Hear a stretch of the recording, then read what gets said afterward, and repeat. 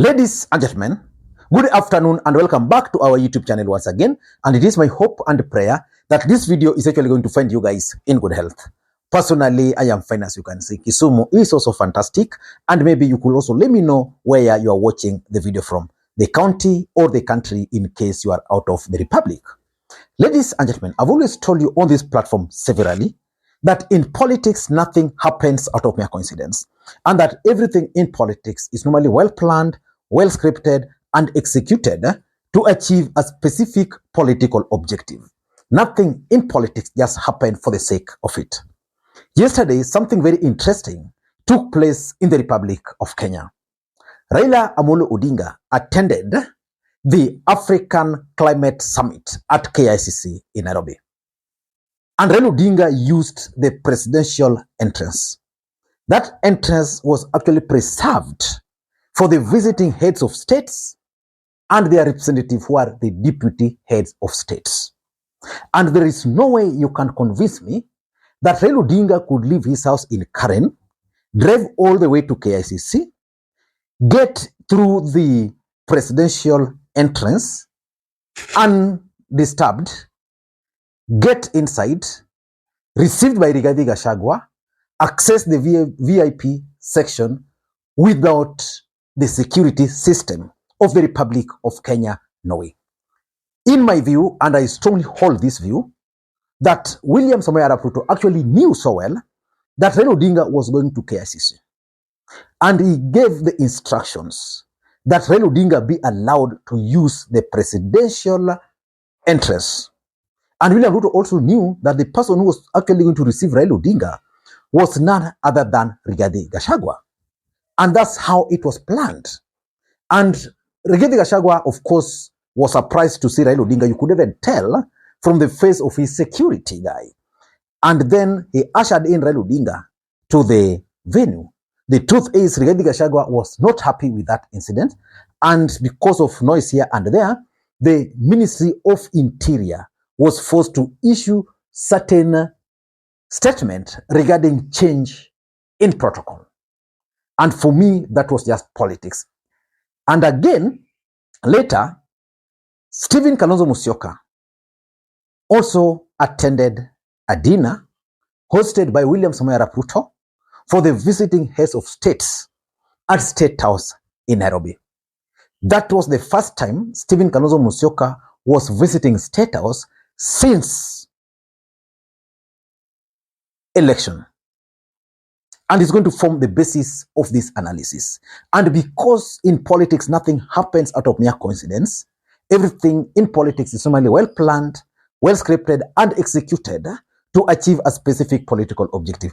Why do you think Stephen Kalonzo Musyoka attended that function? That's exactly what I want us to look in this particular video. But before we do that, in case you're watching this channel for the first time, please take a second or two, click that subscribe button so that next time we produce a video like this, YouTube will automatically notify you. And to the subscribers, I want to continue thanking you guys for your continued support, because without that support, this channel cannot be where it is. And without any further ado, ladies and gentlemen, allow me to dive in. Why do you think Stephen Kalonzo Musyoka attended that dinner? First question, who was Kalonzo Musyoka representing at that dinner? Was Kalonzo Musyoka attending the dinner on behalf of Azimio? Or was Kalonzo Musyoka attending that dinner as Stephen Kalonzo Musyoka, the diplomat? Or was Kalonzo Musyoka attending that dinner on behalf of the bipartisan team? Those are the biggest questions that we need to ask. If you ask me, the rest of Azimio la Umoja One Kenya Alliance probably did not approve Stephen Kalonzo Musyoka's move to attend that dinner. Just recently, and that's why I keep on telling you that in politics nothing happens out of mere coincidence, just a day before that, Kalonzo Musyoka attended a funeral of one of the late MCS, Wiper MCS in Taita Taveta. And during that event, Kalonzo Musyoka actually acknowledged that William Ruto is the president of the Republic of Kenya.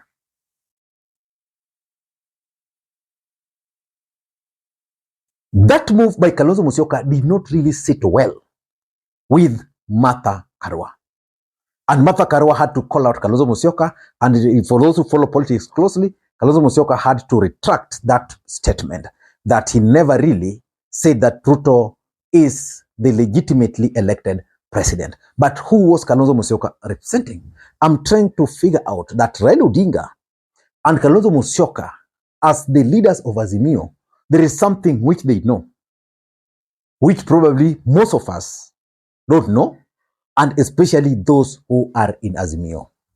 Probably because remember, Raila Odinga met with Ruto previously, and of course Kalonzo Musyoka is now the chair of the bipartisan talks.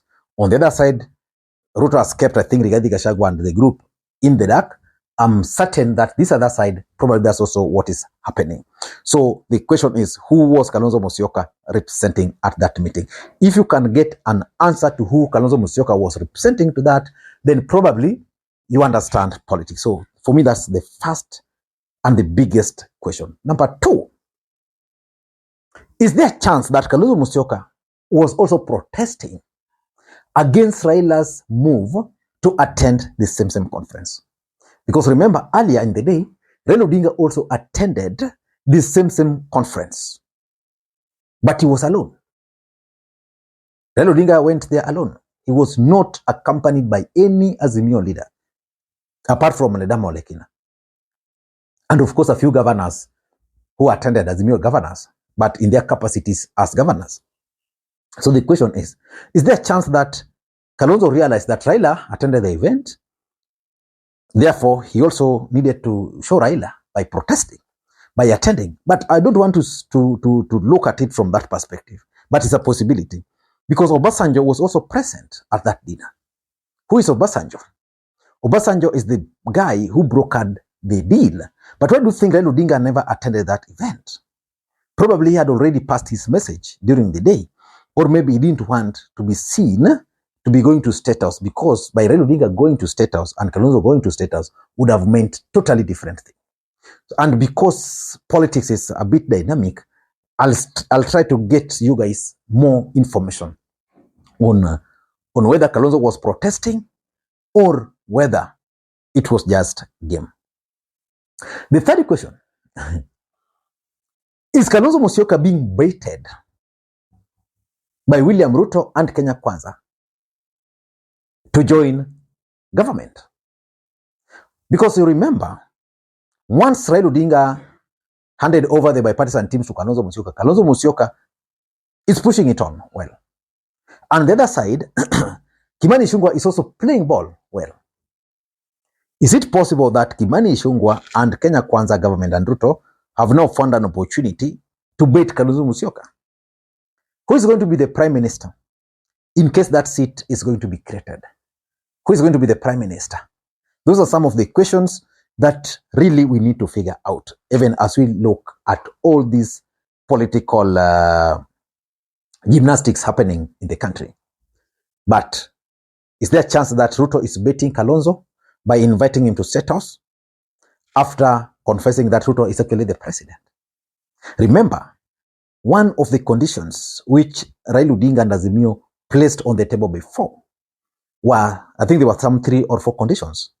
On the other side, Kenya Kwanza also had their conditions before the talks. And one of the conditions before the talks was that Azimio were to acknowledge Ruto as the validly elected president or the legitimate president of the Republic of Kenya. By Kalonzo accepting that to go to State House, legitimacy. By stating it the other time, legitimacy. And by Raila Odinga using the presidential entrance being received by Rigathi, and, later on using the other backside, also means that Ruto is the president legitimately. The fourth thing which you can also ask is, why were the other Azimio leaders missing in this particular event? You never saw Wajackoyah the fifth at this event. Eugene Wamalwa was nowhere. Okay, of course, Raila Odinga attended. Kalonzo attended the dinner. Martha Karua nowhere. Jeremiah Kioni. Why were other Azimio leaders missing? Is it possible that they were never invited? Or Azimio just decided not to attend this event? And if that was the agreement, why would Kalonzo and Raila attend the events? So do we conclude that probably there is some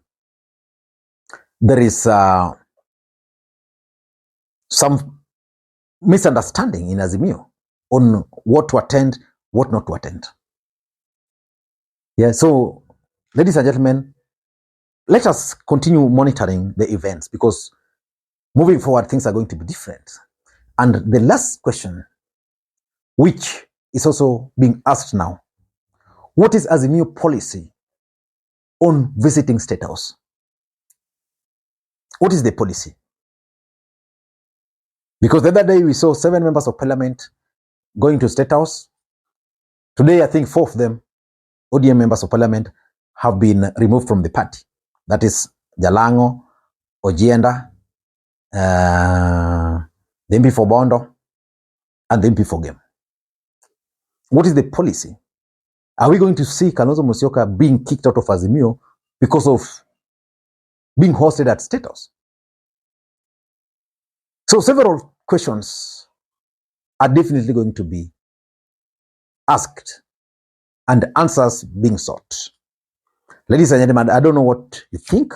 If you've watched this video up to this stage, please let me know what you think about Kalonzo Musyoka's visit to State House and that of Raila Odinga's attendance at the African Climate Summit at KICC.